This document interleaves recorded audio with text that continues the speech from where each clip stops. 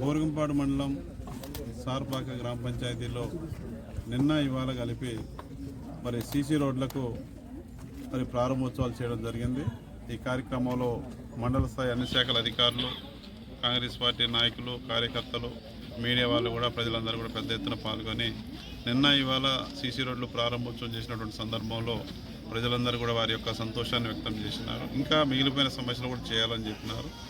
ఇప్పటికే ఎమ్మెల్యేగా గెలిచిన తర్వాత పెనుపాక నియోజకవర్గంలో సార్పాక గ్రామ పంచాయతీకి అత్యంత ప్రాధాన్యత ఇస్తూ ఒక్క మట్టి రోడ్డు కూడా ఉండొద్దని చెప్పేసి ఇప్పటి వరకు ఈ 20 నెలల కాలంలో కాంగ్రెస్ పార్టీ ప్రభుత్వం వచ్చిన తర్వాత ముఖ్యమంత్రి రేవంత్ రెడ్డి గారు అయిన తర్వాత సుమారు 6 కోట్ల రూపాయలు ఒక్క సార్పాక పంచాయతీకే మరి నిధులు మంజూరు చేయించి సీసీ రోడ్లు, డ్రైన్లు పూర్తి స్థాయిలో మరి వేయడం జరిగింది.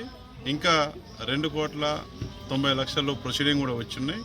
అవి కూడా మొదలవుతే సారపాకలో ఒక్క మట్టి రోడ్లు లేకుండా చేయాలనేదే స్థానిక ఎమ్మెల్యేగా నా యొక్క ధ్యేయం. ఆ మేరకు పనిచేస్తూ ఉన్నాం.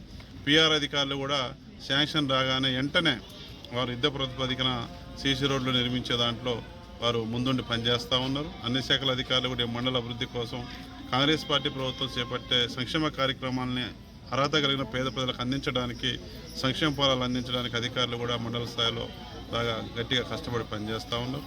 ప్రజలందరూ కూడా కాంగ్రెస్ పార్టీ అమలు చేసే సంక్షేమ పథకాలు అంతా ఉన్నాయి. సంక్షేమ పథకాలతో పాటు అభివృద్ధి కార్యక్రమాలు కూడా క్షేత్రస్థాయిలోకి స్థానిక ఎమ్మెల్యేగా తీసుకెళ్తా ఉన్నాం. రాబోయే రోజుల్లో రాబోయే నిధులను కూడా తీసుకొని అత్యంత ప్రాధాన్యత సార్పాక పంచాయతీకి ఇస్తా ఉన్నాం. ఒక్క రోడ్డు కూడా మట్టి రోడ్డు లేకుండా డ్రైన్లు కూడా అవసరం ఉన్నా కూడా డ్రైన్లకు కూడా నిధులు పెడతా ఉన్నాం. కరెంటు కూడా ఈ యొక్క సార్పాక పంచాయతీలో స్లమ్ ఏరియా పేపర్ బోర్డు ఉంది. ఈ ప్రాంతంలో 1,30,00,000 కరెంటు వాళ్ళతో రివ్యూ చేసి అంచనాలు వేయించినాం.